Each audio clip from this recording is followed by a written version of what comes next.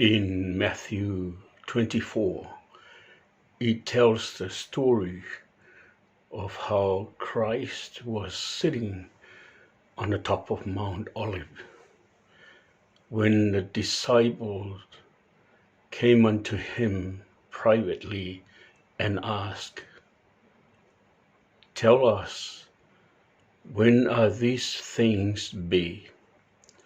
And what are the signs of your coming and the end of the world?"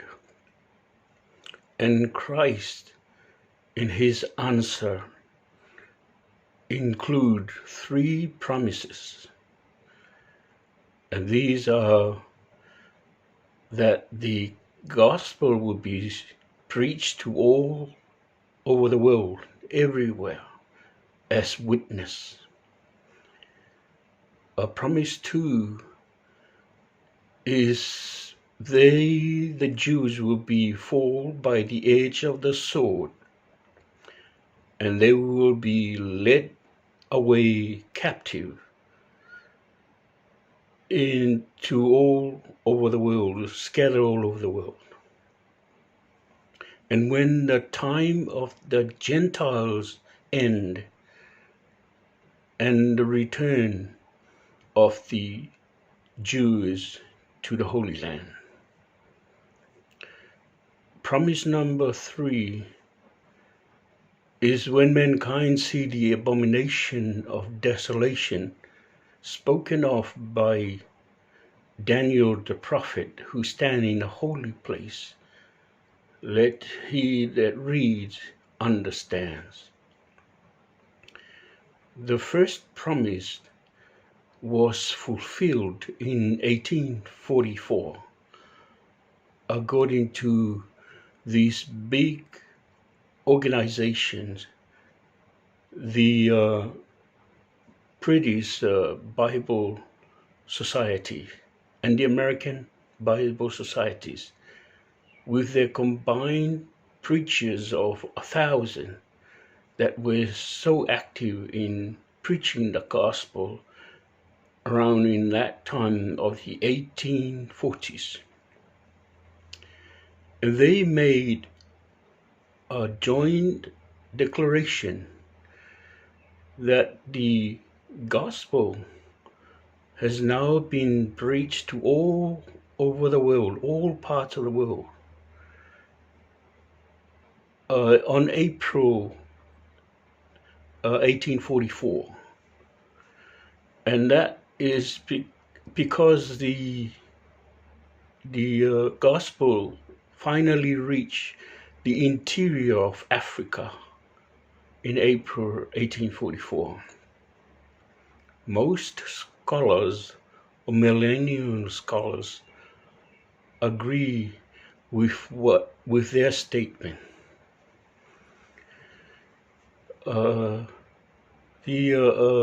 Promise number two, they will fall under the edge of the sword, and they will be led away captive all over the world. That actually happened to the Jews until the time of the Gentiles end, and they will return to the Holy Land. These prophecies is, we look into when the time of the Gentiles end. And that's when we will find the fulfillment of this prophecy. The Gentiles are the forces that control the Holy Land, Jerusalem. And there were two Gentiles. The first is the Romans, and then the last is the Muslims. That they rule with an iron fist over Jerusalem. During their reign, the Jews visiting Israel or returning to Israel were punishable by death. So the time of the Gentiles end is found in Revelation 11, verse 1, which says, that the court without the temple, leave it not to measure it, for it is given unto the Gentiles, and they will tread underfoot the holy city for 42 months, which is 1260 days, or 1260 years, according to prophecies calculations.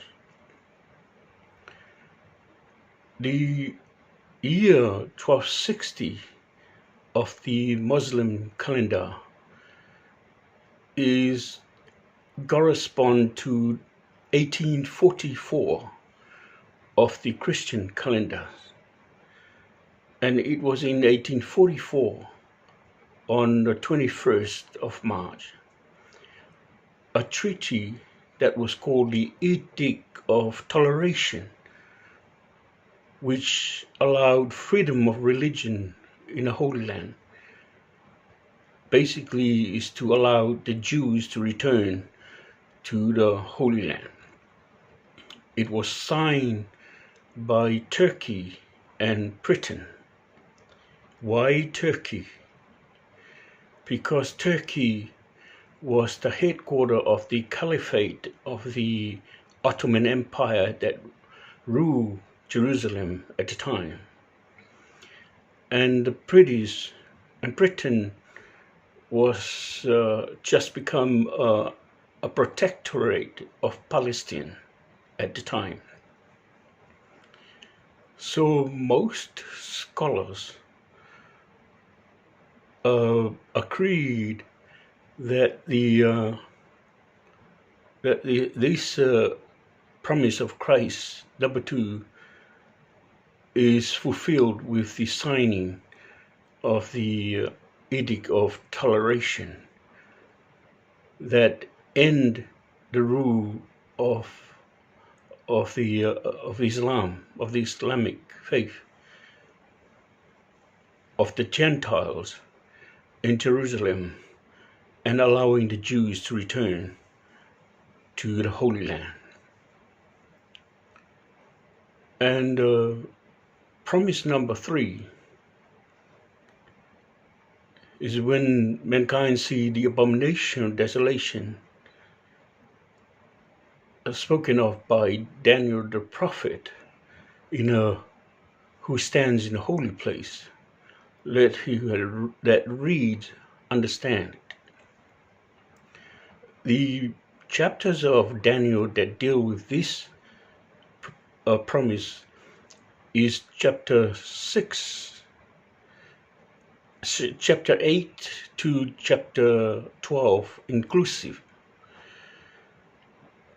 In these chapters, it not only foretells the second coming of Christ, but also tells us of his first appearance, which says from the issuing of the decree to rebuild Jerusalem to the Messiah's cutoff, meaning sacrifice, there are appointed 70 weeks. 70 weeks is multiplied by 7 days in a week equals 490 days, which are 490 years according to the prophecies calculation. So the edict or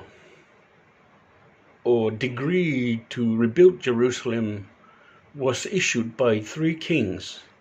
The first was issued by Cyrus in the year 536 BC, and the second by Darius in the year 519 BC, and the third is by Artaxerxes in the year 457 BC.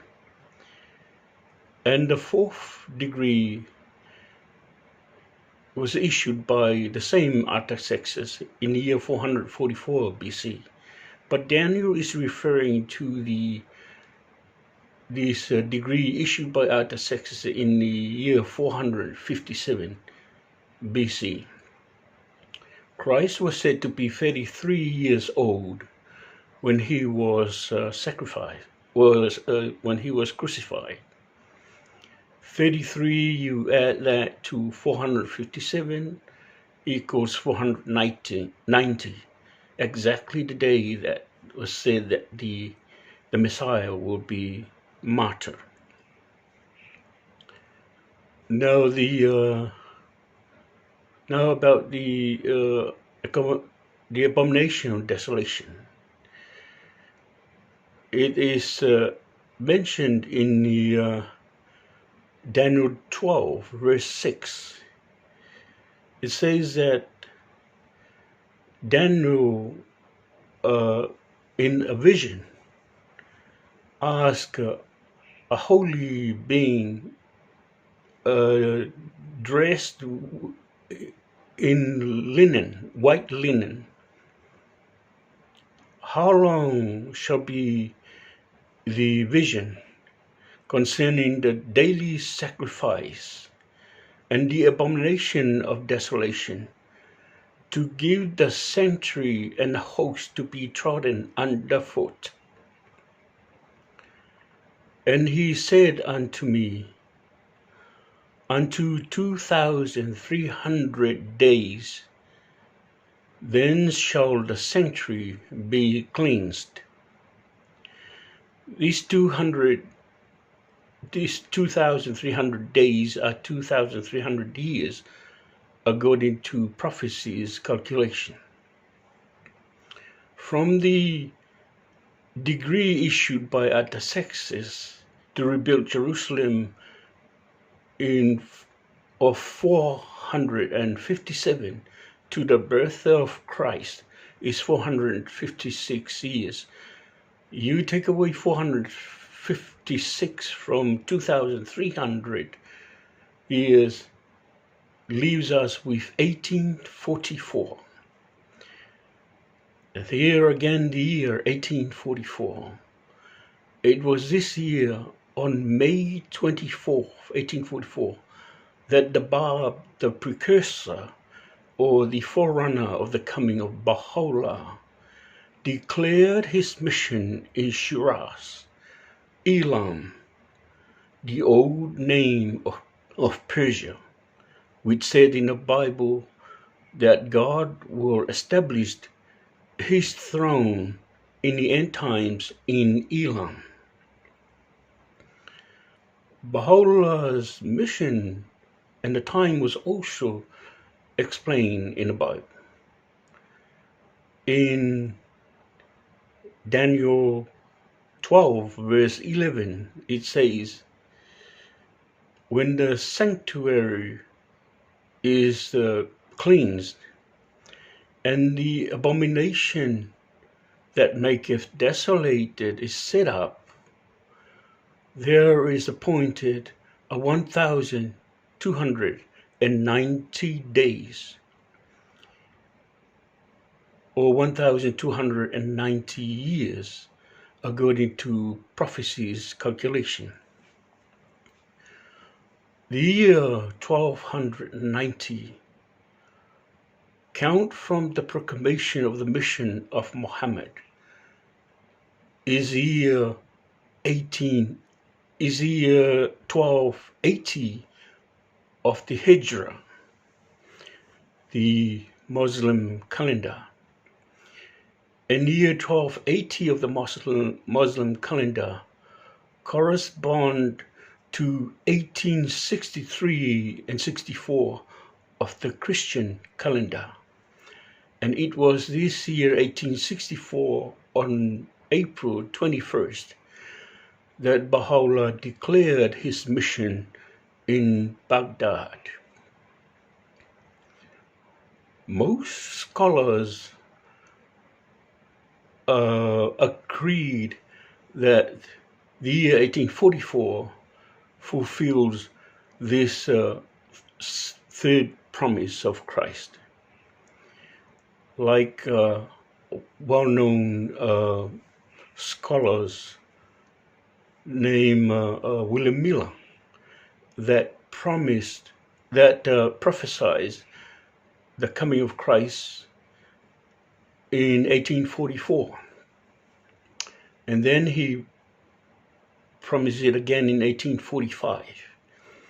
When the prophecies of 1844 did not materialize according to their expectation, they were disappointed. And in the same with 1845, the prophecies did not materialize according to their expectation, and they were very disappointed. And they even have names for this disappointment. The 1844 disappointment was called the first disappointment, and the 1845 disappointment was called the cry disappointment. To conclude, all scholars of the millennium scholars agreed that all these three promises of Christ were fulfilled in the year 1844. But regrettably, some of them interpret it differently otherwise. Thank you, and I wish you well. Whaftai lava, manuela whafongfong maimula whasausangasamo, soifua.